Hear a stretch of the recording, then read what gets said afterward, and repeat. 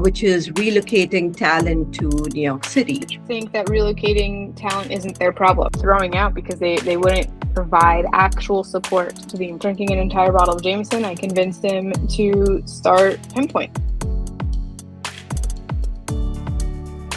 Hi, everybody. Welcome to the Marketing Tarot, the podcast where we pull a card, spark a conversation, and uncover the strategies professionals are actually living right now. I'm your host, Charu, and today's guest is the co-founder of Pinpoint, a company built to fix one of the most chaotic parts of work that I personally believe is a very genuine problem. Which is relocating talent to New York City. We have Rachel Fiegler. Welcome to the show, Rachel. Charu, thank you so much for having me. You're most welcome. Rachel blends agent work with operations, strategy, and execution, and she's now partnering with growth stage startups who are building or rebuilding in-office culture in NYC. So thank you so much for being here. Welcome again. Let's start a little bit about your journey, your background. I would love to know the story behind Pinpoint, and go for it. Yeah. So that's a great story. So I moved to New York. It'll be 10 years this year. The first apartment I found was like online. I just found roommates, and I just was like, I need to find a place to live at least for a year. And then after that first year, I decided, I wanted to move into my own apartment. And so I did what every New Yorker does, start looking for apartments. My life was on StreetEasy. And in that process, I found my broker, Josh, who helped me find the apartment that I lived in for the next 4 years. Right. And we became best friends. Josh became my best friend. Because in the process of looking for an apartment, we kind of just realized we were very similar and we liked a lot of the same things. And yeah, we just like kindred spirits from the get-go. And when we became friends, I told him that he needed to start his own real estate brokerage because he's not like any other broker, and he should stop giving money away to brokerages that suck. And he just never did it. And I, in the entire time that I was here, just working in operations in different types of companies and startups. And in COVID, I got laid off. Oh. And that is when I decided I can look for another job or I could start a company. So basically, I called Josh. He came over to my apartment. And after drinking an entire bottle of Jameson, I convinced him to start Pinpoint with me. Wow. What a story. So if I have to pinpoint on a thing that most people understand or misunderstand about this relocating journey to New York City, especially founders, hiring new talent, what would that one thing be, which is completely misunderstood? Well, I would say most employers think that relocating talent isn't their problem, right? That they did the hiring, they gave some money, and the employee can then figure it out. Unfortunately, it becomes the employer's problem because when the employee has no idea how New York City works, they spend their first 3 to 4 weeks trying to find a place instead of starting their job, right? They should be in the office, but they have to go to an open house only from 12 to 1. And by the time they get to that open house, there's a line down the block. They may or may not even get to see the apartment. And so that has real consequences for the employer, right? Because that's, thousands of dollars in wasted salary that they're just throwing out because they wouldn't provide actual support to the employee. And then adding additional stress. Relocating is super stressful. It's one of the 3 most stressful life events a human can experience, along with death and divorce. And so you have someone that's relocated and the employer isn't actually helping them with that relocation. So it also creates a bad first impression with their company. So I think those are like the misconceptions from an employer's perspective. It's like, it's not my problem. It very much is their problem. Absolutely. And that was kind of my follow-up question on what are some of the productivity killers? I'm sure it's costing them, as you said, thousands of dollars and even time. And what else? So time, money, and ROI. So We actually partnered with the founder of Your Opportunity Co., which is a hiring intelligence company, to do some research on the economic value a company expects from a new hire. And we also tied that with the average ramp time for a local hire, for a relocating hire, what would happen if it's a failed local hire or a failed relocated hire, and how often relocations fail. Yeah. So we found that relocations fail 40% of the time, not due to performance, but to relocation logistics. Sure. So for, let's say, a $200,000 hire, let's say they're a software engineer, the expected net economic value for the employer after that hire is $950,000 in the first year. Wow. Okay, that's taking into consideration the salary, the taxes, the benefits, any relocation stipend that might have been provided. Okay, and that ramp time is anywhere between 3 to 9 months for them to be fully ramped, right? So that's how you get to that 950,000. That's almost $1 million, which you absolutely want to get. Now, a relocated hire that is successful, that ramp is going to be extended by another month, right? And in that process, you lose about 100 to 150,000 in ROI. And if it's a failed relocation, right, that means they quit or were fired within the first 3 or so months. The employer has to start over the hiring process, even if they hire somebody local this time, because they've lost so much time and money. It's a $700,000 loss in first year ROI. That's unbelievable. Unbelievable. So using a service like Pinpoint, it is unbelievable. Like I was telling Josh, my co-founder, all the findings, and he was like floored. But using a service like Pinpoint, even though it costs, 10, 20, 30,000, depending on what they want, we can actually get that ROI essentially for a relocated hire, but imagine if they were local, right? Because we take off that burden of them relocating. So is $30,000 in a service to provide to your relocating employee not worth the additional $150,000 in ROI that you're going to get at the end of the first year? Of course. Oh my God. Those are some numbers. And again, numbers are one thing, but the time, the effort, the mind, the stress, you put in, the mental stress, it's overpowering. Oh my God. Okay. Yeah. It's definitely something that maybe, has to be dealt with, and people like you are doing it, which is great. So what stage is your startup currently in, and what are you looking for as next steps? Yeah, so our company is about to hit our 4-year anniversary in about 2 weeks, which is pretty cool. But on the relocation side, we're still in our infancy and having a direct to client relocation offering.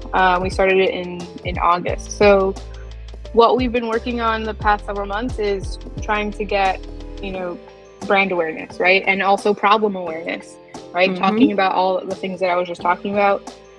Most people aren't aware of it. They aren't aware that it's a problem. Again, like I said earlier, most employers think relocation is not my problem until you start showing all these numbers and these facts. So honestly, the biggest thing again still is just for us to get brand awareness and educate our audience, so that whether they work with us or not, they start to change their perspective on relocating employees. You absolutely should relocate employees. They're great employees all over the world and all over the country, but you can't set them up to fail. Yeah. And I think, making them aware of the problem itself. I think everyone knows it's a pain, I think that's the general idea, but the magnitude of the pain for the founders as well as the new hire, I think these are the things we need to kind of maybe bring forth. Perfect. And that kind of leads us to our next section, Rachel, which is called the card pull. So we've had previous founders and marketeers come in, and what we do is we take them to the website, themarketingtarot.com. We randomly pull a card, and then we kind of just discuss how that particular theme shows up in their current work or thinking, or is there something they're looking for that particular card. So let's go for it. So that's a tarot style marketing deck for you. And I'm just going to run my mouse here and pull a random card for you. Let's see where we are at. Or if anything is calling you out, please let me know and I'll stop. Okay, there you go. Let's see. Trust. Trust. Okay. Obviously, trust translates into credibility, reliability, and loyalty. And this card is a very interesting one because we are in the age of AI as well. So trust also plays a factor there on where kind of the line diminishes between what we should believe the AI is throwing at us versus what is existing, what is true. But then taking a couple of steps back, like, what do you think this card or this theme plays in the scheme of things that you are dealing with? You're dealing with employers on a day-to-day basis, employees on a day-to-day basis, partners, agencies, real estate companies. How does this card fit into the whole schema of things? I think this card fits perfectly because one of the reasons we started Pinpoint was because people don't trust their brokers. Whether you're relocating or not, people don't trust New York City brokers. And we are honest people that actually want to help people find their home because we love New York City and we want everybody to love New York City. And having to deal with people that are not trustworthy is not a really great experience. So that's how we started the company, is right? Like, we value integrity and transparency with our clients, and so that they do trust us. And I think that obviously that continues into our relocation services because it's essentially an extension of the same thing. Yeah. But what we're talking about now is like, how we build brand awareness and problem awareness is trust, right? We're trying to build credibility, like you said, with our audience, whether that's employers, whether that's people that are relocating, whether that's people from across the globe that are expanding their businesses here. When we show that we know what we're talking about, that gives us credibility, and they trust us, and they're more likely to want to work with us. So I think, this is a very fitting card for us. Yeah.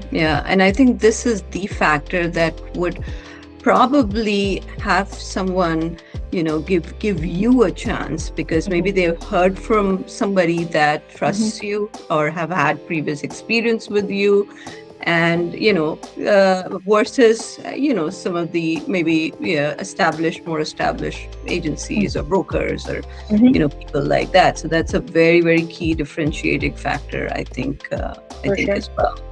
And what do you feel about AI? Just because I brought that up, but what's your stand on AI? Oh, I think AI is great, right? I think you have to use it with a grain of salt, right? You can't just take everything at face value. But it's very helpful, at least for me as a founder, to be a little bit more exponential in what I'm able to achieve, because I can offload a lot of administrative tasks or repetitive tasks to AI, which is great. But I think obviously there is the flip side, right, where you can still get a lot of slop. People kind of look at AI and the results that they get and think that it is factual. I've already dealt with a lot of people that are moving to New York thinking, ChatGPT told me I can get an apartment for $2,000. That's really nice. Then you hire ChatGPT to find you an apartment because I can't find you a $2,000 apartment. It's part of that, but I don't think that's any different than like social media, for example. People get their information. I think it's just, that's more a problem with humans not qualifying the information that they're getting.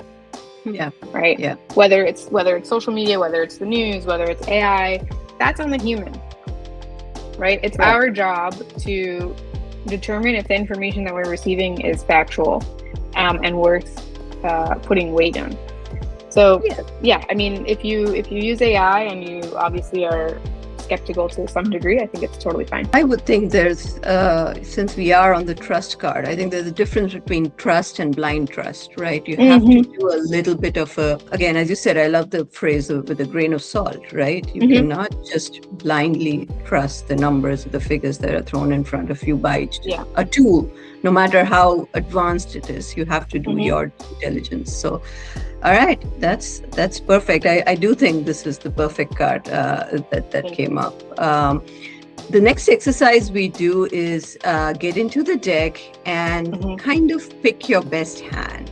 Now, for founders, how I look at it is, what are your requirements, current requirements for Pinpoint in the scheme of things? For example, you mentioned about branding, right? So we do have a brand card there. Like, what are maybe your top 3 requirements, I can say, from a marketing or a sales point of view, that you want to highlight from this deck? For sure, like the brand, right? And the message. I think those go hand in hand. I'm going to go back to trust, because that is, like I said, central to who we are. It's who we are as a company. And I think putting that together with brand and the message is pretty much on track. So basically what you're saying, if I can translate this, maybe, you are in that stage where you're trying to create a brand with the right messaging, which kind of puts out that trust factor as the USP in a way, right?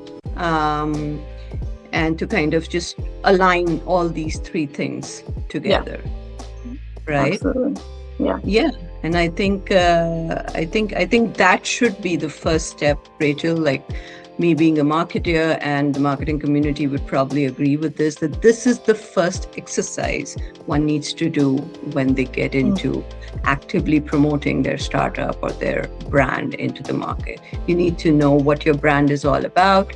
You need to touch the right messaging, and you need to know what is your USP, what differentiates you from the others, which in this case is trust. I'm sure there are other factors, but this being the primary theme. Perfect. Cool. Perfect. All right, we're end of this section, and we're now just going into the last part. So now we're in the last section, Rachel, and this is all about asking a couple of questions on where Pinpoint is and going in the future. So I think my next question is, what are you looking for in terms of building Pinpoint or taking it to the next stage?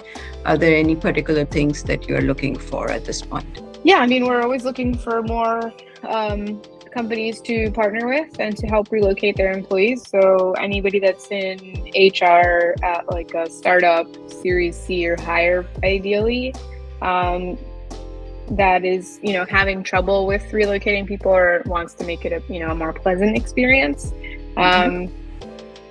So there's that. And then we're also looking for angel investors to help us grow and be able to, reach a broader audience, right?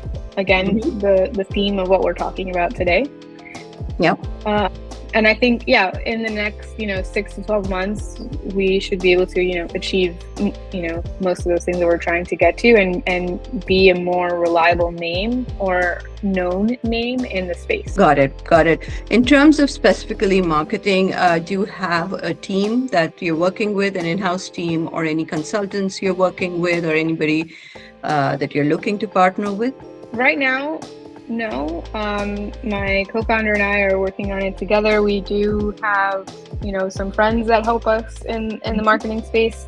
And we have a couple advisors on more of like the sales aspect rather than marketing. Okay. But that's kind of where we are right now. Perfect. And my last question is really, something that I would like to know, like in this whole process, I know efficiency is key, right? You want to deliver to the founder, get the employee to NYC fastest, the best way possible. But what's a non-negotiable in this entire process, for the relocation to happen smoothly? Yeah, that is a really good question. I think it depends on who we're talking about. So if we're talking about an employer, a non-negotiable is their desire to provide a good experience to relocate. Right? We don't want to work with people that are just like, well, it's the employee's problem, but here's some money. We want it to be a collaborative process. And then additionally, like we do have a restriction where we don't work with a salary less than 150,000. That Okay. we've tried it. On relocations, it's not feasible. Because we can't get them approved for apartments, right? In New York City, you have to make 40 times the monthly rent in an annual salary. The average rent right now is $5,000. So even 150 technically brings you under that. But you know, that's just the name of the game in New York. Yeah. And then on the person that's actually relocating, the non-negotiable is being open to advice and suggestion, right? Your company or you has hired us to be your expert in relocating to New York. Be open to hearing what we have to say and giving you advice on how to navigate the market. Yeah. I mean, you were basically dealing with experts here, so definitely, you know, they know a little bit more about the market, and they are here to help you out, right? And it's just pure help they're offering. So, you know, you might as well consider it, you know, at least. So yeah, that's perfect. And that's it for today, Rachel. Awesome. I personally, as I said, I love the problem you're trying to solve here. And I hope this goes a long way and people know about this. And this is an effort to do that for you. I'm trying my best to use my network to get the word out there. And wish you all the best. And thank you for joining us. Thank you so much. This was a lot of fun.